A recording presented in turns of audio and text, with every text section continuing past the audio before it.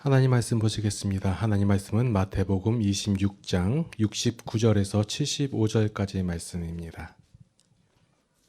베드로가 바깥들에 앉았더니 한 여종이 나와 이르되 너도 갈릴리 사람 예수와 함께 있었도다 하거늘 베드로가 모든 사람 앞에서 부인하여 이르되 나는 내가 무슨 말을 하는지 알지 못하겠노라 하며 앞문까지 나아가니 다른 여종이 그를 보고 거기 있는 사람들에게 말하되 이 사람은 나사렛 예수와 함께 있었도다 하매 베드로가 맹세하고 또 부인하여 이르되 나는 그 사람을 알지 못하노라 하더라.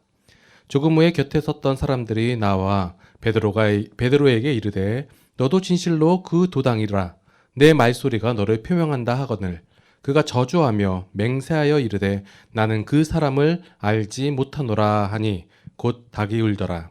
이에 베드로가 예수의 말씀에 닭 울기 전에 내가 3번 나를 부인하리라 하심이 생각나서 밖에 나가서 심히 통곡하니라. 아멘. 예수를 믿는다고 하고 있는 기독교인들, 많은 성도들이 가장 두려워하고 있는 것 중에 하나가 바로 배교라고 생각되어집니다. 많은 분들이 이러한 그 배교의 갈림길에 있었을 때 우리 믿음의 조상들은 많이 그 목숨을 내어놓기까지 했어요. 그리고 혹 어떤 분들은 타협하기도 했었고 지금 많은 성도들에게 다시 한번 만약에 이런 일들이 일어난다면 어떡할까요? 저 예전에 많이 들었던 내용이 이제 북한군이 괴뢰군이 쳐들어와 가지고 총 내밀면서 야, 너 예수님 믿을래 안 믿을래? 물어보면 어떻게 해야 돼요? 안 믿을래요 하고 살아요. 믿을래요 하면 죽이는데. 예, 이런 얘기를 많이 들었어요. 그래서 절대로 배교하면 안 된다라고 배워왔어요. 왜 배교하면 안 돼요? 왜요? 왜 배교하면 안 돼요? 배교하면 지옥 갈까봐. 그 말씀이 있잖아요. 한번 성령의 비치심을 받고 돌이키면 어떡하냐. 이 말씀 내용 때문에 많이 그렇게들 생각을 하고 있어요. 자, 우리가 배교라고 하는 것은 어떠한 그 종교를 바꾼다 아니면 위험한 상황이나 아주 안 좋은 상황에서 부인하는 것만 배교라고 생각을 하시는데요.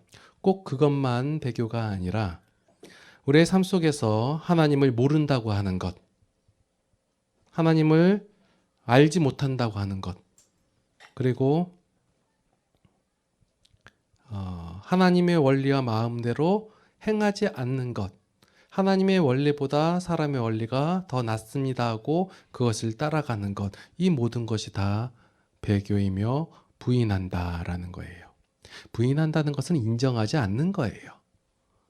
인정하지 않는 것은 그의 말과 그의 행동과 그의 원리와 방법이 옳지 않다라고 생각하여 내가 생각하고 가장 좋게 판단되어지는 것을 따라 행하는 거예요. 이것이 배교이며 부인이라는 거예요. 그럼 어떡하죠? 우린 다 부인하며 살았고 배교하며 살았는데요. 그러면 천국에 못 가겠네요? 이런 그 배교하는 행위, 그래 흔히 말하는 부인하는 행위, 이런 행위에 대해서 세상 사람들은 크게 뭐라고 안 그래요. 그냥 저 사람 예수님 믿다가 안 되니까 절로 들어갔구나 이렇게 얘기하고 말아요. 그러나 이것에 대해서 계속 질타를 하고 가장 안 좋게 바라보고 핍박하는 대상이 누구냐면 사람들이 누구냐면 바로 다른 성도들이에요. 다른 교인들. 특히 하나님을 위하여 모든 것을 내놓고 헌신하고 또 올바르게 산다고 생각하는 그러한 교인들이 더 심하게 강하게 핍박을 해요. 나는 이렇게 했는데 저 사람은 약해서 저 사람은 심지가 굳지 못해 가지고 저 상황에서 하나님을 거부했다. 하나님을 따르지 못했다. 이거예요.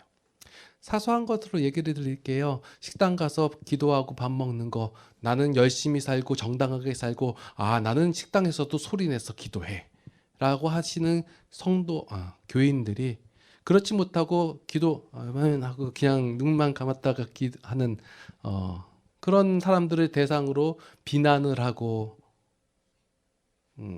그렇단 말이에요. 이런 모습들을 바라봤을 때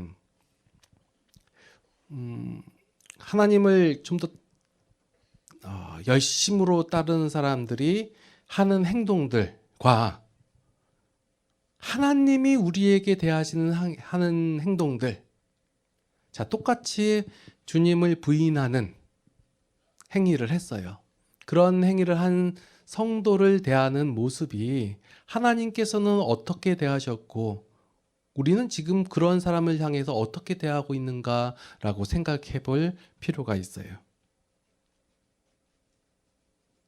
거부하는 하나님을 모르는 것이고 하나님을 거부하는 것이고 하나님과 나는 상관없다라고 하는 것, 그렇게 연약한 신앙의 모습을 갖고 있는 우리들의 모습에 하나님은 어떻게 대하고 있으며 지금 현재 우리들은 그를 어떻게 판단하고 있는가라고 생각해 볼 필요가 있다고 생각합니다.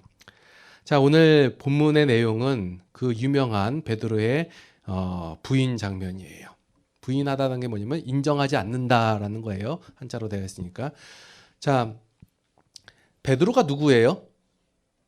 흔히 말하는 예수님의 수제자. 예수님은 가장 가까이 섬기고 그 모든 놀라운 기적과 이적을 경험하고 체험하고 그랬던 사람이에요.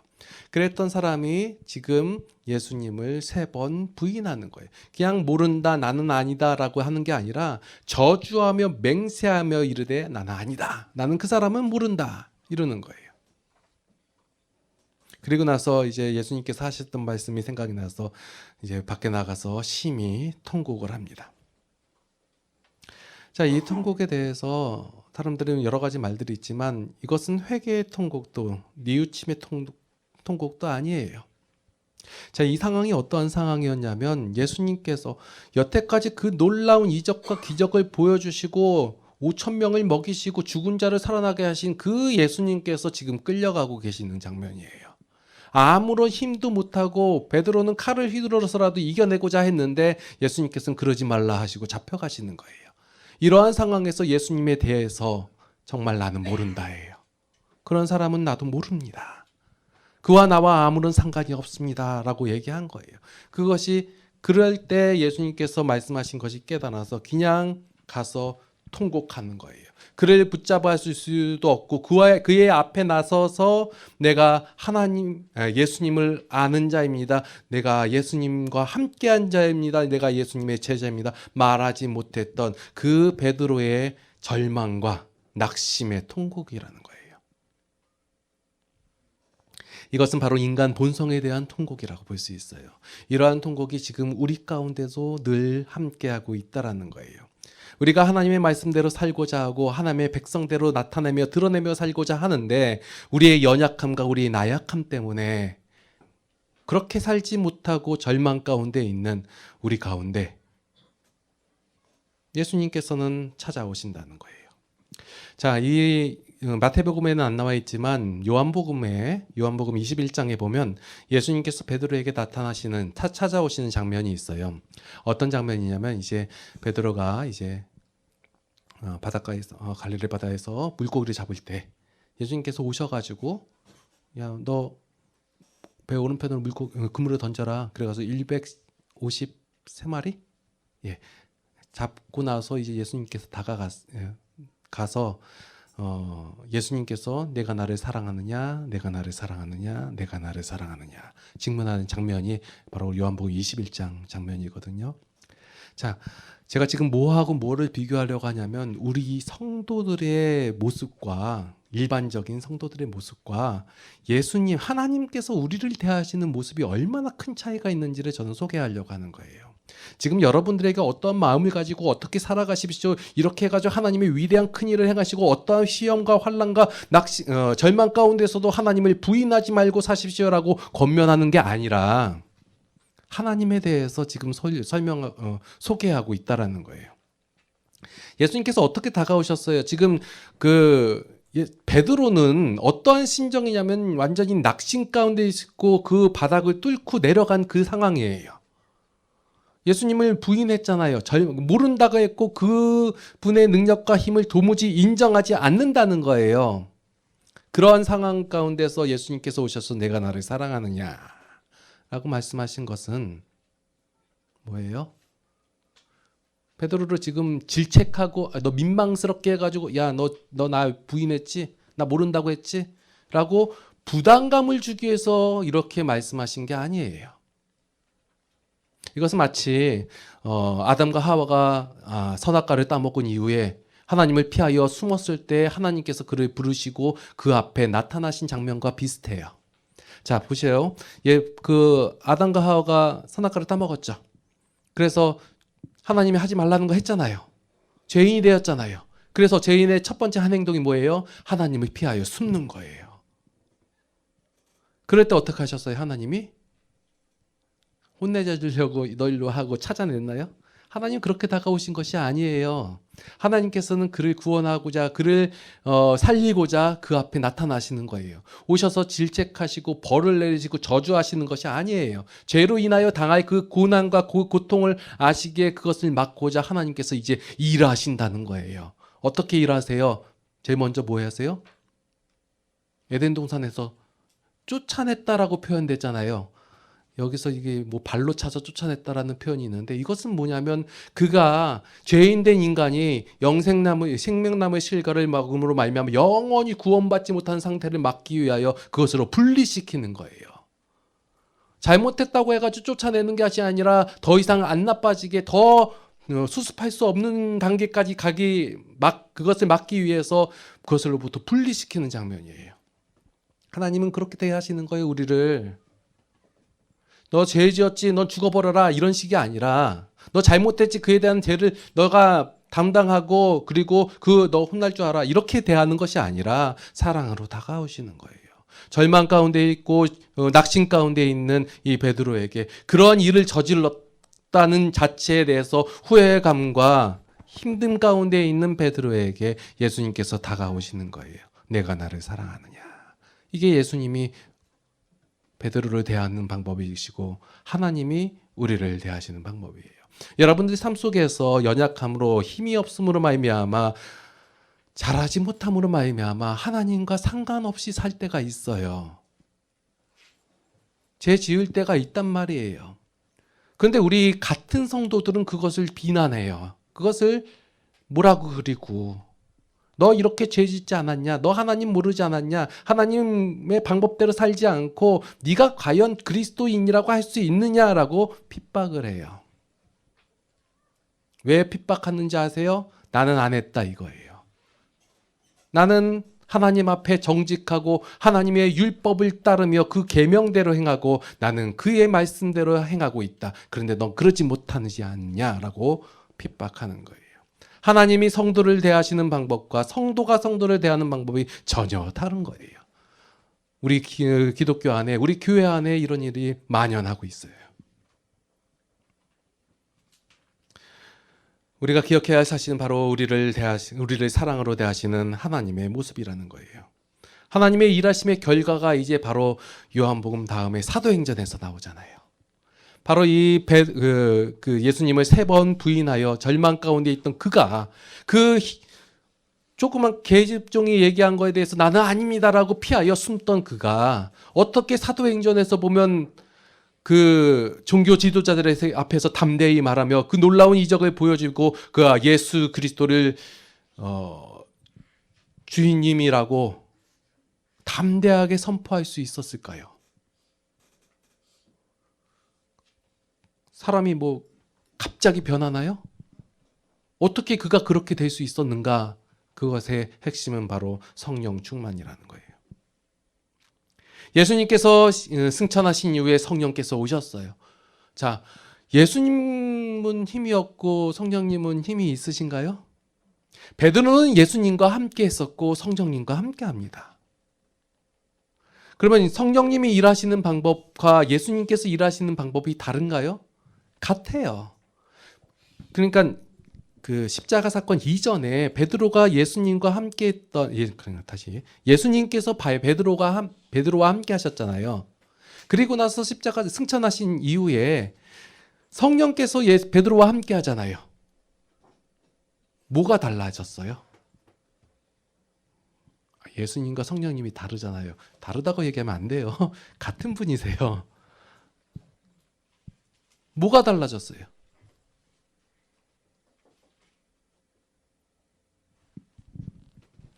분명하게 우리가 바라볼 때, 자, 마태복음에서, 그러니까 예수님을 부인하던 베드로의 모습과 베드로와 그 다음에 성전에서 안진뱅이를 일으키고 그 성전 종교 지도자들 앞에서 담대하게 예수 그리스도를 전파하는 그 베드로의 모습, 다른 사람이에요? 다른 사람인가요? 같은 사람이에요. 그렇죠? 그러면 자, 예수님께서 베드로와 함께 하셨죠. 그리고 성령께서 함께 하셨어요.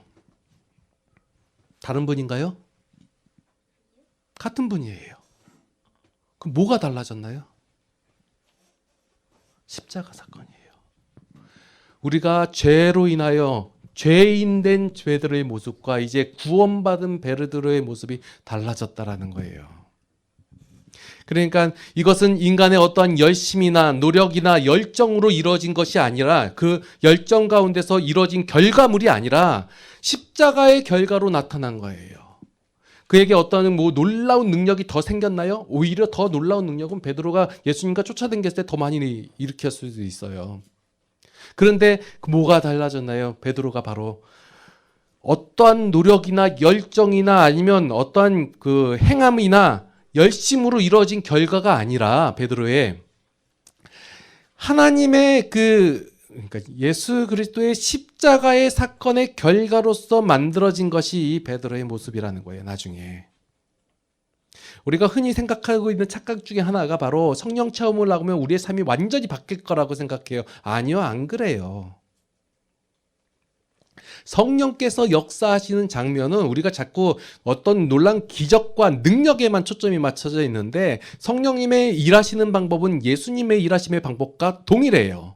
예수님께서 우리를 위하여 간구하시고 기도하시고 그리고 하나님에 대해서 차근차근히 차분차분히 알려주신 것처럼 성령께서도 이렇게 일하신다는 거예요. 그 말씀의 내용이 로마서 8장 26절에 나와요. 한번 읽어드릴게요. 로마서 8장 26절에 보니까 이와 같이 성령도 우리의 연약함을 도우시나니 우리는 마땅히 기도할 바를 알지 못하나 오직 성령이 말할 수 없는 탄식으로 우리를 위하여 친히 간구하시니라. 성령님께서 일하시는 거예요. 자, 그 십자가 사건의 이전과 십자가 사건 이후의 상태를 여러분들이 잘 이해를 하셔야 돼요. 이 이전에는 뭐만 알고 있었냐면 옛 속성만이 알고 있었다는 거예요. 옛 속성, 옛 습관, 죄인의 모습만 알고 있고 죄인의 방법과 죄인의 길만 알고 있었단 말이에요. 그러나 십자가 사건 이후로 우리가 구원받은 그 이후에는 우리에게 옛 속성과 새 속성이 같이 있다는 거예요. 옛 속성과 새로운 피조물이라고 했잖아요. 둘 다 같이 갖고 있고 알고 있는 거예요. 그 가운데서 선택한다는 거예요.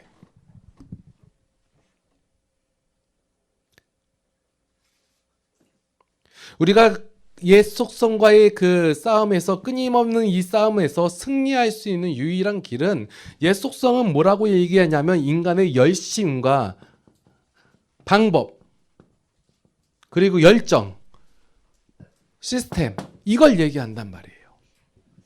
왜 이렇게 못합니까? 열심히 하시고 여러분들이 더 마음을 다 가다듬고 하나님께 전신전력하고 기도해 보십시오. 찬양해 보십시오. 여러분들 다른 어떠한 행위를 하십시오 라고 얘기하는 게 옛 속성이라는 거예요.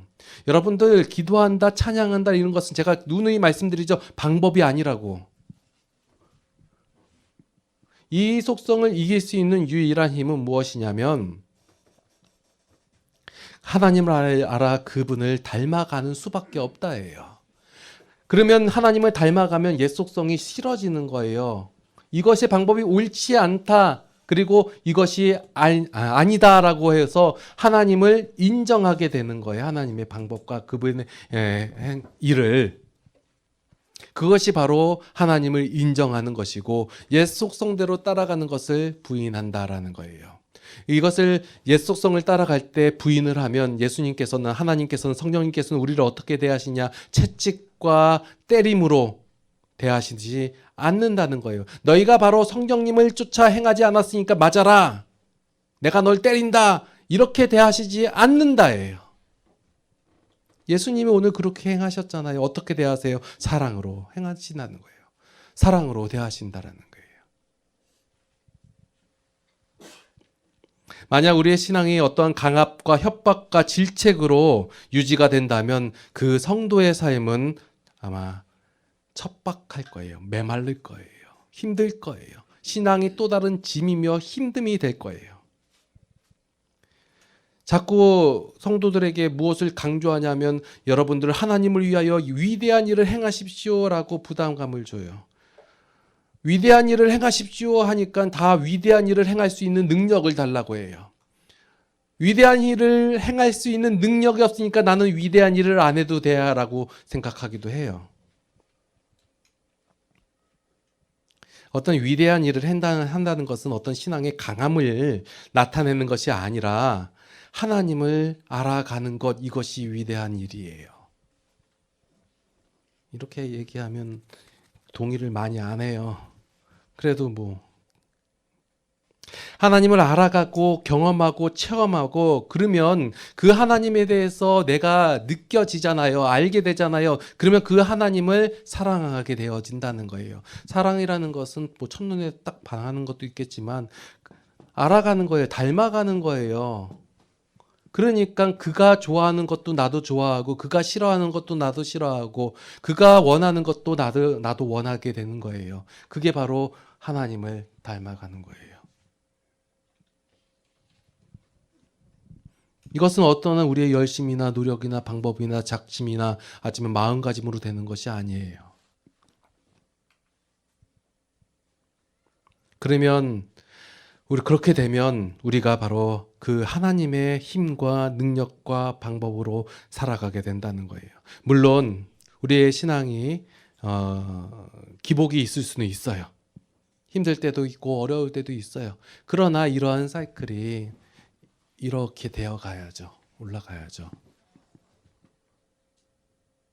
아무것도 없고 내공도 없고 쌓인 것도 없는데 이렇게 행하라고 의무감도 주고 의무감만 주고 어떤 방법만 제시하고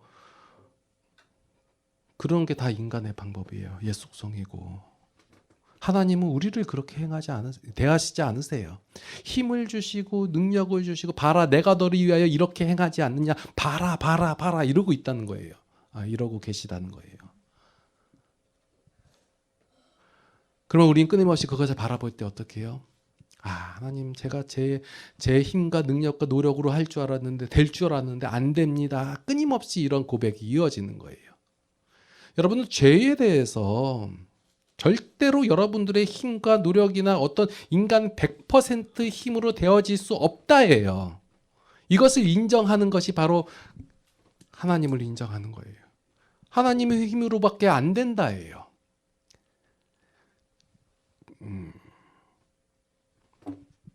계속해서 말씀드릴 거니까요. 예. 우리가 그럴 때마다 무엇을 생각하냐면 베드로와 같이 절망이나 낙심 가운데 통곡하는 것이 아니라 기대하는 거예요. 다가오실 예수님을, 다가오실 하나님을. 말할 수 없는 탄식으로 간구한다고 하셨잖아요. 성령님께서 우리를 위하여. 이 탄식은 저건 안 돼요 하고 막 이게 아니라 하나님이 붙잡아 주셔야지만이 저 인간이 성도답게 살 수 있습니다. 이거예요. 그러니까 성령님께서는 진짜 많이 저를 위해서 기도를 하세요. 특별히 목회자니까 기도하는 게 아니라 워낙에 악한 자이니까 기도하는 거예요. 하나님 쟤를 붙잡아 주지 않으면 쟤는 어떻게 살지 몰라요. 이거예요. 알죠, 쟤? 그러면 우리는 어때요? 아우 저는 이런 사람입니다 하고 절망 가운데 낙심 가운데 울고 있는 것이 아니라 기대하는 거예요. 하나님께서 만들어 가실 거잖아요. 안 되면 은혜를 퍼 주시잖아요. 예.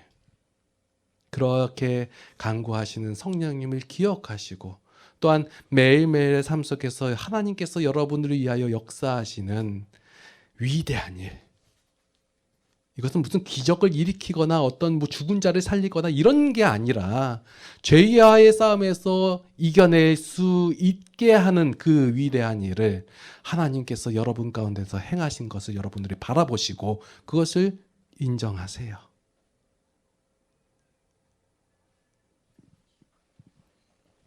네, 하나님이 조금 친해지셨나요? 이제 좀 가깝게. 네, 자꾸 때리시는 하나님을 보지 마시고, 네. 그리고 혹 여러분이나 저 모두가 이제 그 죄의 모습으로 살아갈 때가 있고 옛 속성이 훨씬 더 좋게 바라봐질 때가 있어요. 그럴 때마다 한없는 탄식으로 간구하신 성령님을 기억하시고, 여러분들에게 늘 정결하게 살라고 제가 요구하는 것이 아니에요. 이것은 하라고 해도 못해요. 솔직히 얘기해서. 날마다 울어도 안 돼요.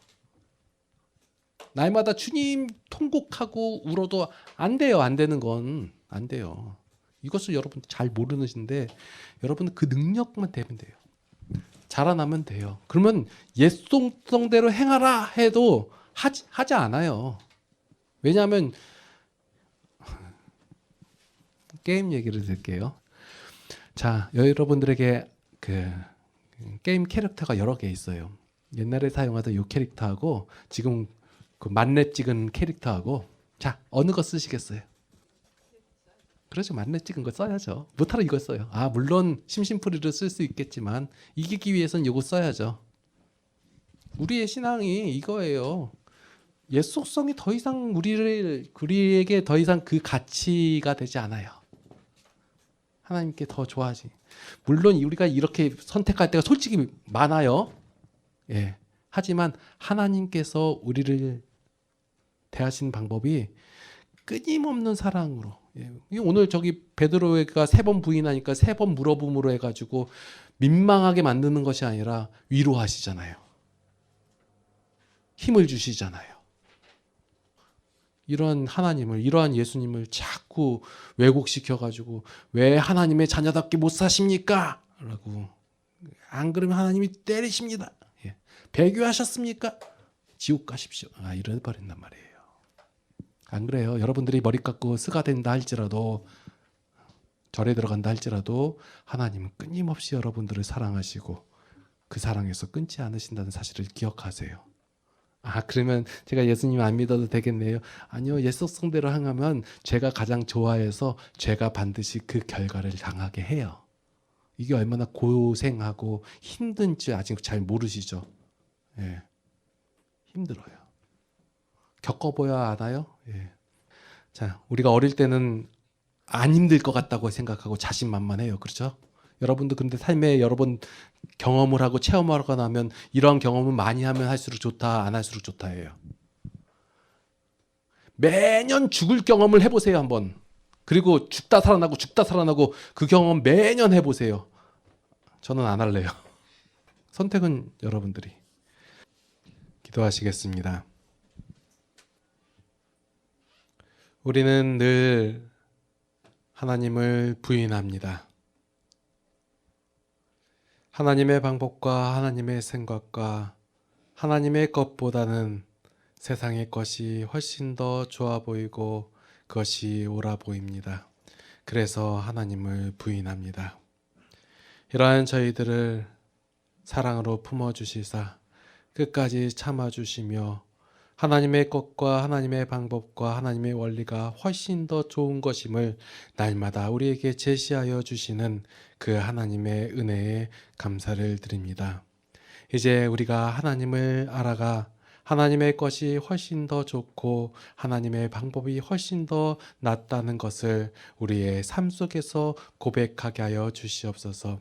우리 가운데 예수 그리스도의 심장이 있게 하여 주시옵고 우리가 하나님을 바라보며 하나님을 따라가는 그러한 성도의 삶을 능히 살아갈 수 있도록 인도하여 주시옵소서. 이제는 우리 주 예수 그리스도의 무한하신 은혜와 하나님 아버지의 극진하신 사랑하심과 성령님의 감화 감동 교통 인도 보호 역사하심이 이제 하나님의 방법대로 하나님의 것이 훨씬 더 좋은 것을 깨달아 알아 그대로 살아가기를 원하는 모든 성도들 머리 위에 이제로부터 영원토록 함께 하시옵기를 간절히 축원하옵나이다. 아멘.